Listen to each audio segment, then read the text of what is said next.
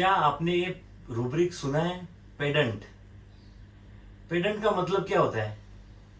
पेडेंट मतलब है ना, ऐसा इंसान जो थोड़ा बुकिश होता है, बुक्स में जो रूल्स दिए हुए हैं उसको फॉलो करता है, उसको मानता है। जैसे आजकल बोला जाता है ना, लकीर के फकीर। तो ऐसे लोग जो रूल्स को तोड़ना नहीं चाहते और रूल्स को ही फॉलो करते हैं, कुछ नया आ जाए तो उसे अपनाना नहीं चाहते। जैसे कि सिलिशिया। सिलिशिया का एक खास फीचर है, ये जो पेडेंट बिहेवियर है ना, clubbed with other features of Cilicia, you can easily catch Cilicia in your clinics. जैसे कि सिलिशिया की टिमिडिटी है, सिलिशिया का ईगो है, सिलिशिया का इंटेलिजेंस है। सिलिशिया का एक टिपिकल तरीका है बात करने का, जिसे हम बोलते हैं ऑब्जेक्टिव रीजनेबल। वो ऑब्जेक्टिव रीजनेबल होके बात करता है, मतलब आर्ग्यू नहीं करेगा। उसमें ये भी रूब्रिक है, arguing not arguing despite of having firm convictions and keeping them. मतलब आर्ग्यू नहीं करेगा, अपनी बात बोल के, अपना रीजन बोल के छोड़ देगा। रीजन पावर इंक्रीज में इसलिए सिलिशिया नहीं है, क्योंकि रीजन पावर इंक्रीज में जो लोग हैं, जैसे कि फॉस्फोरस है, स्टाफी सागरिया है, और भी कई लोग हैं जो रीजनिंग के बाद अपना कॉन्वर्सेशन और आर्ग्यूमेंट चालू रखते हैं। सिलिशिया चालू नहीं रखता, वो अपना पॉइंट कन्विक्शन के साथ बोल के और फिर बोलता है, ईल्ड करता है, काइंड ऑफ दिखाता है कि ईल्ड कर रहा है, लेकिन अपने अंदर वही चीज फर्म तरीके से कैरी करता है। आपको एक एग्जांपल देता हूं। ये जो क्लिनिक है ना, ये नया क्लिनिक है मेरा, ये 5 साल हो गए इसको, मतलब हो गया अभी पुराना, 5 साल तो हो गए। तो ये जब क्लिनिक बन रहा था ना, तब इसके ना बाहर एक डोर है जहां से पेशेंट्स अंदर आते हैं, यहाँ पर एक डोर है और यहाँ पे बाथरूम का डोर है। तो जब वो 2 डोर बनाया उसने, तब मैंने नोटिस किया कि उसका लैच नहीं लग रहा है और इस दरवाजे की भी कुंडी नहीं लग रही है, दरवाजा बंद करके भी नहीं लग रही, लैच भी नहीं जा रहा है। तो मैंने उसको पूछा, और कारपेंटर जो है ना वो सिलिशिया था, तो उसको पूछा कि क्या हो गया, आपने ऐसा कैसे कर दिया? तो बोलते, सर देखो, इसको ना ऐसे करना है, इसको डोर को ऐसे प्रेस करना है और फिर वो लैच लगाना है, देखो लग जाता है। इस डोर का भी ऐसे प्रेस करना है, फिर से वो कुंडी प्रेस करना है, तो वो लग जाती है। और फिर मैंने उसको बोला, देखो भैया, ऐसा मत करो, क्योंकि हर बार किसको याद रहेगा कि दरवाजा इतना प्रेस करके करना है, और लैच भी खराब हो जाएगा।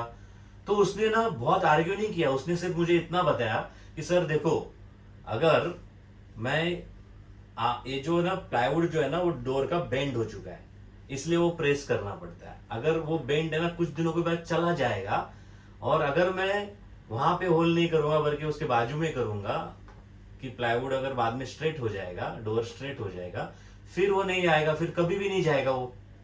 और अभी मैं फिर से उसको होल करने जाऊंगा तो मार्बल क्रैक हो जाएगा। इतना बोल के उसने छोड़ दिया। तो मैंने भी सोचा, चलो यार, उसका एक्सपर्टीज है, मान लेते, वो बोल रहा है कि 2-3 महीने में डोर ठीक हो जाएगा।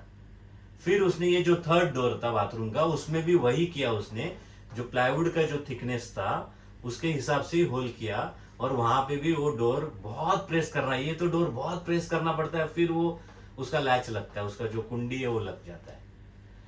तो इस क्लिनिक को अभी 5 साल हो गए, तीनों डोर, तीनों दरवाजे अभी भी ठीक से नहीं लगते। जो उसने कहा था कि 2-3 महीने में सर हो जाएगा, और मैंने भी उसकी बात मान ली थी। बीच में उसको एलर्जी की तकलीफ थी काफी, और उसे सिलिशिया से काफी आराम आ गया था।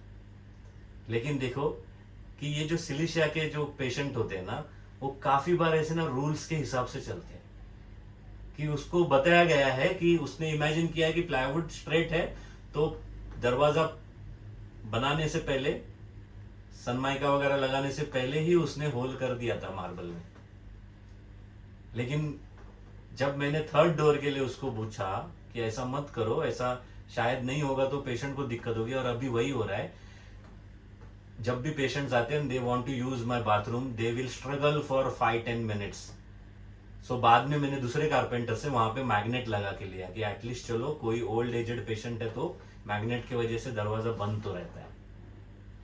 तो सिलिशिया के पेशेंट ऐसे होते हैं, बच्चे ऐसे होते हैं, पेरेंट्स उनके लिए चूज करते हैं कपड़े वगैरह, तो वो है ना मना कर नहीं पाते, क्योंकि टिमिडिटी भी है। तो इनका एक तरीका है, ये रीजनिंग देंगे, छोड़ देंगे, मतलब ऑब्जेक्टिव रीजनेबल तक ही लिमिटेड रहेंगे, reasoning power increase, reason power increase तक नहीं जाएंगे। तो तो अपने हिसाब की चीजें ही लेंगे, और अगर नहीं मिल रही है तो वहां से हट जाएंगे, आर्ग्यू नहीं करेंगे, एक बार बोल देंगे छोड़ देंगे, लेकिन अपने मन का करेंगे। दूसरों की बात सुनेंगे, हाँ बोलेंगे, लेकिन अपने मन का करेंगे। तो अनफॉर्चुनेटली ये जो पेडेंट बिहेवियर है ना, ये सिलिशिया में बहुत मॉर्बिड होता है, और मॉर्बिड होने के वजह से वहां पे उसकी लाइफ में कॉन्फ्लिक्ट्स आते हैं, उसकी बीवी के साथ उसकी बनती नहीं है, क्योंकि कुछ समय के बाद फैमिली मेंबर्स को पता चल जाता है कि ये बंदा बिल्कुल जिद्दी है, हाँ हाँ बोलता है लेकिन अपने मन की करता है, बिल्कुल मानता नहीं है। तो धीरे धीरे धीरे उसके कॉन्फ्लिक्ट्स होते हैं एनवायरनमेंट के साथ, वाइफ के साथ, पेरेंट्स के साथ, बच्चों के साथ, बॉस के साथ, कलीग्स के साथ। और उस कॉन्फ्लिक्ट में हमें पता है कॉन्फ्लिक्ट जब होता है और कॉन्फ्लिक्ट काफी समय तक रहता है तो अपने बॉडी में स्ट्रेस हार्मोन्स निकलते हैं और बहुत सारे चेंजेस बॉडी में होते हैं, और उसके आगे का साइंस कुछ और है जो अभी हम कवर नहीं कर सकते, लेकिन उसके वजह से बीमारियां चालू होती है, जो क्रॉनिक बीमारियां होती है, उसका रूट कॉज यहाँ पे होता है। तो सिलिशिया में ये मॉर्बिड होता है, इसलिए सिलिशिया से ठीक होता है, लेकिन काफी सारे लोगों में यही बिहेवियर कुछ हद तक मॉडरेट लेवल तक होता है। अनफॉर्चुनेटली होम्योपैथ में भी ये बिहेवियर दिखता है कि बुक्स में जो लिखा है 100 साल पहले, 200 साल पहले, 250 साल पहले बुक्स में जो लिखा है वो एज इट इज फॉलो करना है, उसको बिल्कुल चेंज नहीं करना है, मतलब उसको इंप्रोवाइज भी नहीं करना है, उसी फ्रेमवर्क में चलना है, पेडेंट बन के चलना है। तो इसके वजह से क्या होता है, क्लिनिक में रिजल्ट्स नहीं मिल रहे हैं, लेकिन फिर भी वो अपना जो मेथोडोलॉजी है, अपना केस टेकिंग का जो तरीका है, अपना प्रिस्क्रिप्शन का जो तरीका है, वो उसी हिसाब से चलाते हैं। हम हमारे सेमिनार में यही चीज डेमोन्स्ट्रेट करेंगे कि although basic principles remain same, but you can tweak the way you take the case, the way you approach the case, the way you change your methodology to select the simillimum. Similimum कैसे select करना है, उसका जो तरीका है, उसका जो process है, उसको आप काफी हद तक फाइन ट्यून कर सकते हैं, प्रिंसिपल्स वही रहेंगे, राइट। तो यही चीजें हम हमारे सेमिनार में और वेबिनार में शेयर करने की कोशिश करते हैं, ताकि हमारे क्लिनिक्स में जो पेशेंट्स आते हैं ना, उनका ये मिथ चला जाए कि होम्योपैथी एक बहुत स्लो साइंस है, होम्योपैथी बिल्कुल फास्ट है। तो आप अगर यही चीज एक्सपीरियंस करना चाहते हो तो हमारा नेक्स्ट सेमिनार है 11 अप्रैल को जयपुर में।